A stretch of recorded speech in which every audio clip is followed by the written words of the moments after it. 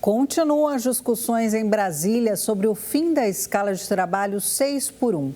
O deputado do PT por Minas Gerais, Reginaldo Lopes, é totalmente favorável ao projeto. A PEC, que busca o fim da escala de trabalho 6 por 1, se tornou um dos assuntos mais comentados dos últimos dias. A proposta vem da deputada Érica Hilton, que trabalha para conseguir o número de assinaturas necessárias dos pares para começar a tramitar. A PEC propõe uma mudança na CLT para eliminar a escala de trabalho 6 por 1, em que um funcionário trabalha 6 dias na semana e descansa apenas um. Para que a PEC comece a tramitar, é necessário a assinatura de ao menos 171 dos 513 deputados federais. A ideia da PEC é diminuir o tempo que se passa trabalhando semanalmente. O deputado Reginaldo Lopes, do PT de Minas Gerais, comentou a respeito do assunto. É uma mudança que vai provocar uma política de ganha-ganha. Todo mundo do trabalho vai ganhar com a redução. E chegou a hora. Por quê? Porque o Brasil está vivendo uma revolução tecnológica. As pesquisas, nós tivemos vários ganhos de produtividade. Olha o nosso agro, o agroexportador, as agroindústria, olha a nossa transição energética. Depois da pandemia, olha a revolução da economia digital e tecnológica, olha a chegada da inteligência artificial. Então não justifica mais você ter uma jornada exaustiva de 6 por 1, 6 dias trabalhado e 1 de descanso, com uma carga em uma jornada de trabalho de 44 horas. O mundo já pratica, em média, 35, 34 horas de trabalho. Então, o Brasil tem que se modernizar. Então, a nossa PEC, ela propõe essa redução de 44 horas para 36 horas. Mesmo assim, num prazo de transição. Então, nós queremos reduzir 1 hora por ano ou 2 horas por ano. Uma transição de 8 anos ou de 4 anos. Quando eu apresentei a PEC em 2019...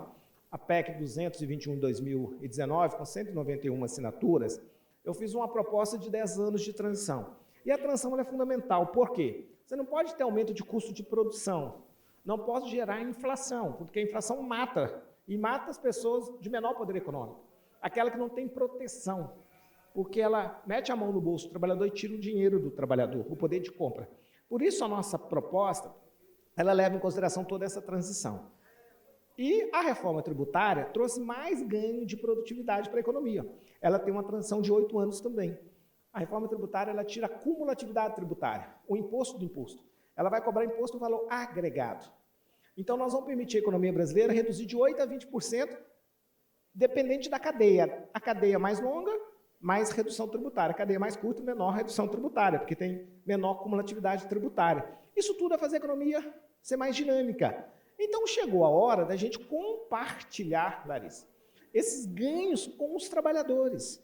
E o trabalhador, reduzindo a jornada de trabalho, tem comprovado que ele produz mais. Então, a economia, os setores vão ganhar mais produtividade com a redução da jornada de trabalho. E aí ganha as famílias, porque as famílias, o pai vai conviver mais com a família, ganha porque a pessoa, o trabalhador, vai poder se qualificar. Para a gente aumentar a renda per capita do trabalhador, tem pleno emprego na economia brasileira hoje, está caminhando para o pleno emprego, mas a renda é baixa. Para aumentar o salário, o poder de compra, tem que aumentar a qualificação profissional. Isso vai permitir o trabalhador se qualificar mais para o novo século. Portanto, todo mundo ganha com a redução da jornada de trabalho. Nós estamos vivendo uma epidemia de doença mental no país. Infelizmente, não temos nenhuma política. Ansiedade, as coisas são muito rápidas, muito dinâmicas, pouca perspectiva no futuro, pressão, incertezas, a era da incerteza, tudo isso vai ajudar esse reencontro, né, estabilizar esse cidadão, porque o convívio com a família, o convívio com os colegas, o tempo livre, o ócio criativo, ter outras atividades, né, na área cultural, poder desenvolver outros talentos, se preparar para novas atividades econômicas, porque hoje o trabalhador está empregado, mas amanhã é uma mudança na empresa, na tecnologia, ele precisa estar muito preparado, né? Nós temos um encontro hoje intergeracional. É a primeira vez que você tem várias gerações no mesmo tempo e espaço.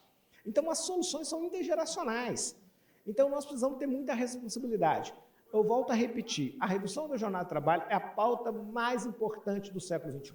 A minha PEC já tem assinaturas, né?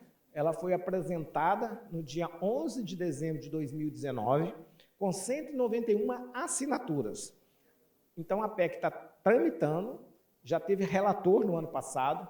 O deputado do PSOL, meu amigo, fez um brilhante trabalho, o deputado Tarcísio Mota, deu relatório favorável, mas ele não voltou para a CCJ esse ano. Então, nós vamos indicar a presidenta, indica o novo relator, né? Então, o relatório é pela admissibilidade. Depois da admissibilidade, é necessária a criação da comissão especial. Aí compõe proporcionalmente com o parlamento, com as bancadas, e aí sim, aprovado depois de 40 sessões, submete ao plenário da Câmara dos Deputados. Como é emenda constitucional, 2 turnos, 2/3, 308 votos, depois vai ao Senado, 2/3 do Senado, e depois, com 54 votos, e depois volta para a Câmara, se tiver alteração, para a Câmara dos Deputados. É ping-pong, né? É o mesmo texto, tem que ser aprovado nas 2 casas legislativas, Brasil é bicameral, e a partir da aprovação vai a promulgação do Congresso Nacional, Câmara e Senado. Aí sim, nós alteramos a jornada de trabalho no Brasil. Temos uma longa caminhada, uma longa travessia, que precisa contar com o apoio da sociedade brasileira. Por meio de nota, o Ministério do Trabalho defendeu que o assunto deve ser tratado por meio de acordos coletivos entre empregadores e empregados. Considera também que a redução da jornada de 40 horas semanais é plenamente possível e saudável diante de uma decisão coletiva.